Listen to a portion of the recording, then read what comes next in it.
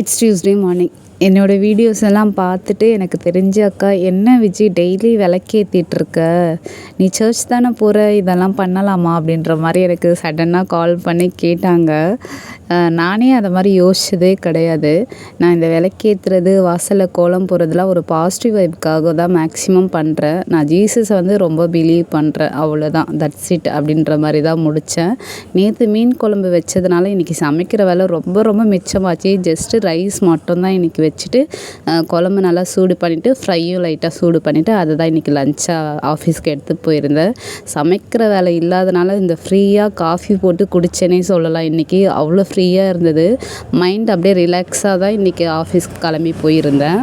இன்றைக்கி ஒர்க் வந்து மேனேஜ் பண்ணுற அளவுக்கு இருந்ததுன்னே சொல்லலாம். இந்த லாகின் டு லாக் அவுட் ஹவர்ஸ்குள்ளே ஒர்க் முடிக்கிறதே எனக்கு ரொம்ப அதிசயமாக இருக்கும் அன்றைக்கி நாள். ஸோ இன்றைக்கி டே எனக்கு இப்படி தான் கொஞ்சம் பாசிட்டிவாக ஸ்டார்ட் ஆச்சு.